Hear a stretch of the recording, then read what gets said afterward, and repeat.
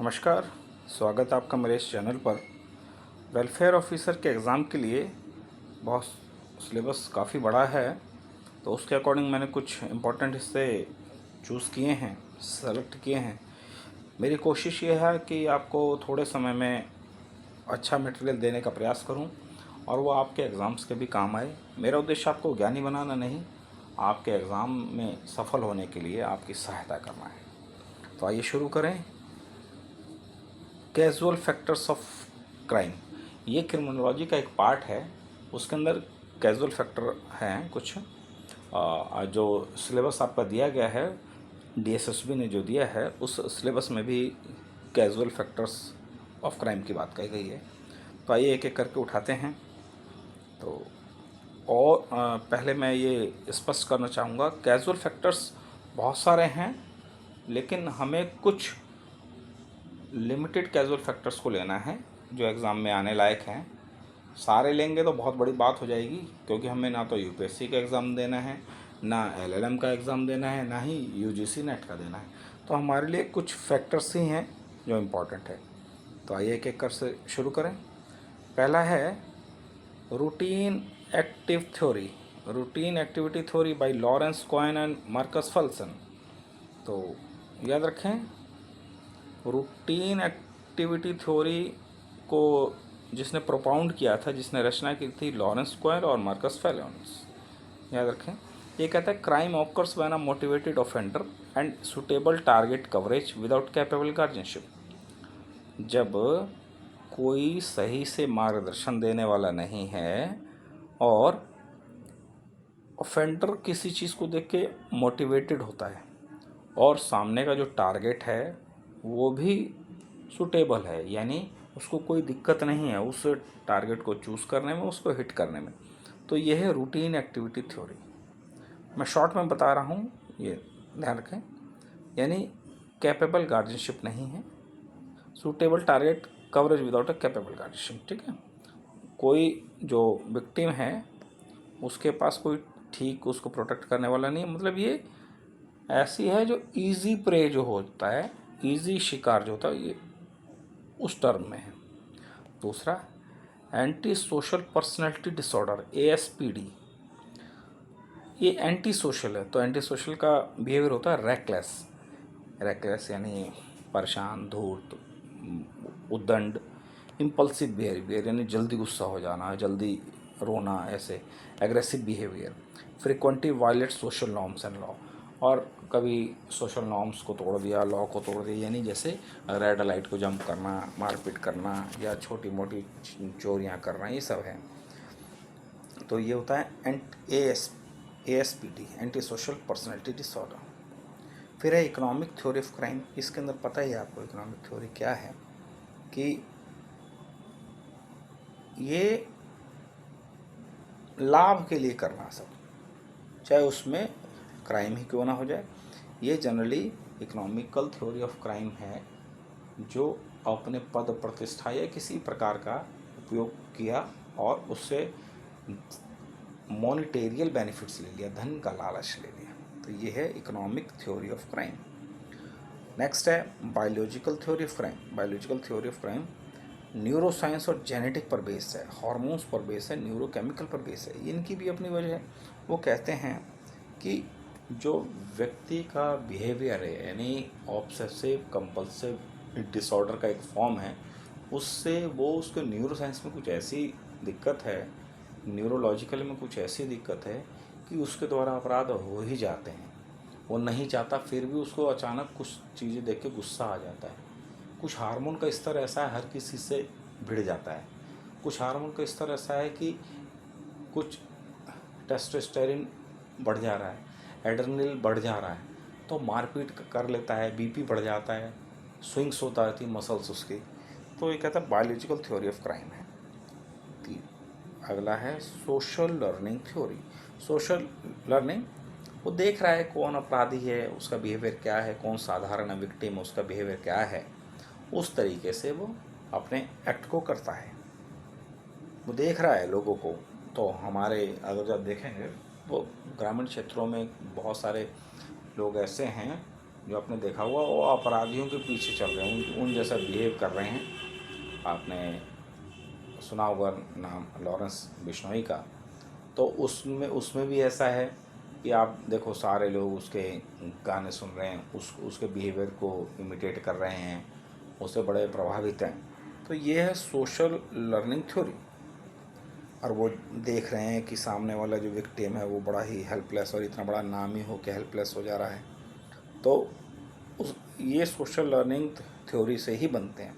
जैसे सिद्धू मूसेवाले का जैसे बताते हैं, वो भी एंटी सोशल एक्टिविटीज़ में था, तो उससे भी लोग इतने इन्फ्लुएंस्ड है कि आज भी अपने व्हीकल्स पे उसके पोस्टर उनको पेस्ट कर रखा होता है लोगों ने।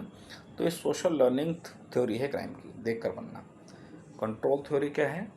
Strong social bond and attachment to conventional society like family, school, work prevent individual from engaging in criminal behaviour. जैसे जिस घर में, स्कूल में, काम की जगह पे, कहीं ऐसी जगह पे बड़ा प्रेम मिलता है, वह उनको उनके अपराध पर कंट्रोल लग जाता है, क्योंकि सबसे बड़ी बात वो अपराधी बनते ही नहीं। और ज़्यादा यदि दिक्कत होती है तो उनको उनकी फैमिलीज़, उनके घर वाले, स्कूल वाले, उनके संगी साथी संभाल लेते हैं। और यदि कोई समस्या हो रही है या कोई अपराध हो रहा है तो वो जाके अपने समाज में बता भी देते हैं कि मैंने ऐसा कर दिया, तो वो समाज उसे सुधारने में कोशिश करता है, सुधारने में योगदान देता है। तो ये कंट्रोल थ्योरी। अगली थ्योरी है rational choice theory. Rational choice theory है सोशल साइंस का फ्रेमवर्क, जो ये करता है कि इंडिविजुअल है जो है अवेलेबल ऑप्शंस को देख रहा है, लाभ हानि, इस पर बड़ा सोच रैशनल यानी बड़ी बुद्धिमत्ता का प्रयोग कर रहा है, लॉजिक का प्रयोग कर रहा है, अपने तर्क का प्रयोग करके अपने अपने बिहेवियर को कर रहा है। तो रैशनल चॉइस थ्योरी देख रहा है मुझे घाटा क्या है, हानि क्या है, तौलता है पहले वो, क्या इससे हो जाएगा, मेरे सेल्फ इंटरेस्ट क्या होंगे, दूसरों के सेल्फ इंटरेस्ट क्या होंगे, यूटिलिटी क्या होगी। तो ये है रैशनल चॉइस थ्योरी। इसको देख के कई लोग अपराध नहीं करेंगे। नेक्स्ट है फिजिकल एनामोलीज एंड एटाविज्म। इसके विद्वान है सिस्रो लम्बेरो थ्योरी। इसको फिजिकल एनामोलीज एंड एटाविज्म को कहते हैं सिस्रो लम्बेरोस थ्योरी। इसमें कहता है कि एंसेस्टर से भी कुछ चीज़ें आती हैं, साइकोलॉजिकल फैक्टर आते हैं। बड़े अजीब सी है ये एनामोली थ्योरी एटाविज्म है। कहता है रीअपियरेंस ऑफ ट्रेट, किसी दादा परदादा में कोई गुण रहे होंगे, बाप में कोई गुण रहे होंगे, वो बच्चे में आ जाते हैं। ठीक है, तो ये ट्रेट फिजिकल बॉडी भी हो सकती है, उसका बिहेवियर भी हो सकता है, और कुछ भी हो सकता है।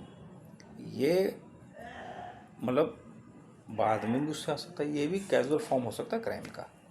अब कैसे हो सकता है, सिस्रो लोम्बर्सो ने बड़ा डिटेल में बताया है कि उसको इस हाथ से गोली चलाने की आदत थी तो वो भी ऐसे चलाएगा, इस हाथ से उसके अंदर तलवारबाजी का शौक़ था तो वो भी ऐसे करता। तो बड़ी अजीब सी बात बताई है। उसके शरीर बड़ा मजबूत था, उसने शरीर का इस्तेमाल करके लोगों को पीटा। तो ये भी उसके भी हाव भाव, भाव भंगिमा, चेहरा और बॉडी स्ट्रक्चर है, आदत भी वैसी, तो ये भी ऐसी अपराधी। ये अजीब सी बात कही, लेकिन फिर भी थ्योरी है ही फिजिकल एनामोलीज थ्योरी। अगला है differential association theory. Criminal behaviour interaction के जरिए सीखा जाता है। सुदरलैंड ने कहा, सुदरलैंड को कोई भी बात होगी सोशल से संबंधित होगी, सुदरलैंड की कोई भी बात सोशल से संबंधित होगी। कहता है सोसाइटी से कर रहा है, इंटरेक्शन करके, बात करके, देख के, समझ के। तो सुदरलैंड के डिफरेंशियल एसोसिएशन थ्योरी सोशल से सीख रहा है, समाज से सीख रहा है।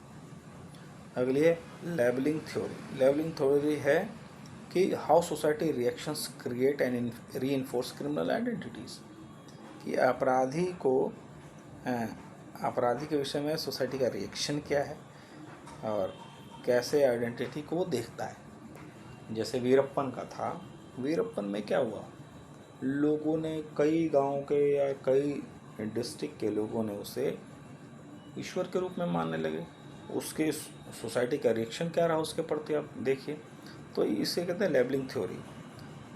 उसने अपनी रॉबिन हुड, जिसे रॉबिन हुड के हिसाब से बोलते हैं, रॉबिन हुड के नाम से बोलते हैं, तो उसमें भी इसी प्रकार से रहा। तो यह है लेबलिंग थ्योरी। अब है ब्रोकन विंडो थ्योरी, बड़ा फेमस है। अगर पूछे कोई ब्रोकन विंडो थ्योरी किससे संबंधित है तो ये बता देना क्रिमिनोलॉजी के कॉन्सेप्ट से है।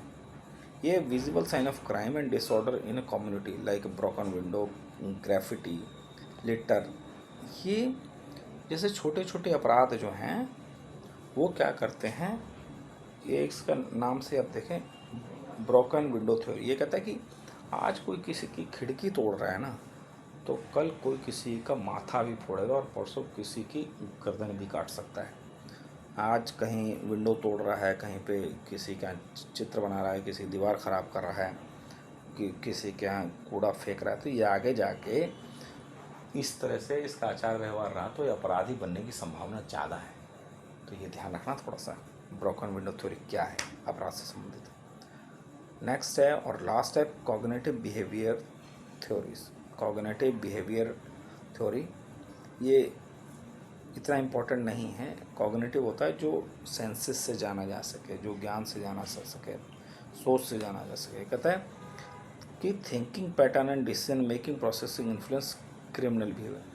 कैसे सोचने के तरीके और जो डिसीजन मेकिंग का तरीका है, जैसे ऐसा भी हो सकता है कोई व्यक्ति बहुत ही विद्वान हो लेकिन सोचने का तरीका उसका ऐसा है कि यार अगर जो मैंने 100 करोड़ की चोरी करी और मुझे 2 साल के लिए ही जेल हुई और 50 करोड़ रिकवर हो जाता है, 50 करोड़ मैंने कहीं छुपा दिए या जैसा भी या यूज़ कर लिया, तो वो तो ठीक है, जो यूज़ कर लिया उसको तो रिकवर क्या किया जाएगा।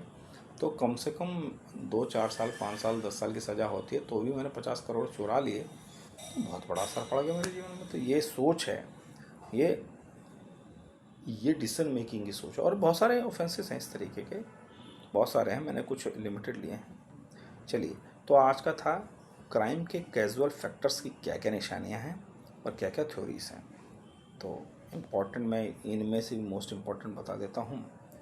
रूटीन एक्टिव थ्योरी है, एक्टिविटी थ्योरी है, सबको पता है। Economic theory, biological theory, social learning theory है, रैशनल चॉइस थ्योरी इम्पॉर्टेंट है, और लेबलिंग थ्योरी और ब्रोकन विंडो थ्योरी ध्यान रख लेना, इम्पॉर्टेंट है और एग्ज़ाम में आने की पूरी संभावना है।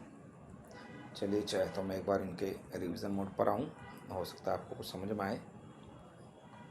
पहला है रूटीन एक्टिविटी थ्योरी कि भाई कोई नहीं है किसी की देखभाल करने वाला, मतलब ये सिर्फ अपने जो शिकार है उसकी हेल्पलेस और अपना जो ऑफेंडर है, जो जिसने अपराध कर रहा है उसकी स्टेटस देखी जाती है कि दोनों पे कंट्रोल कितना है।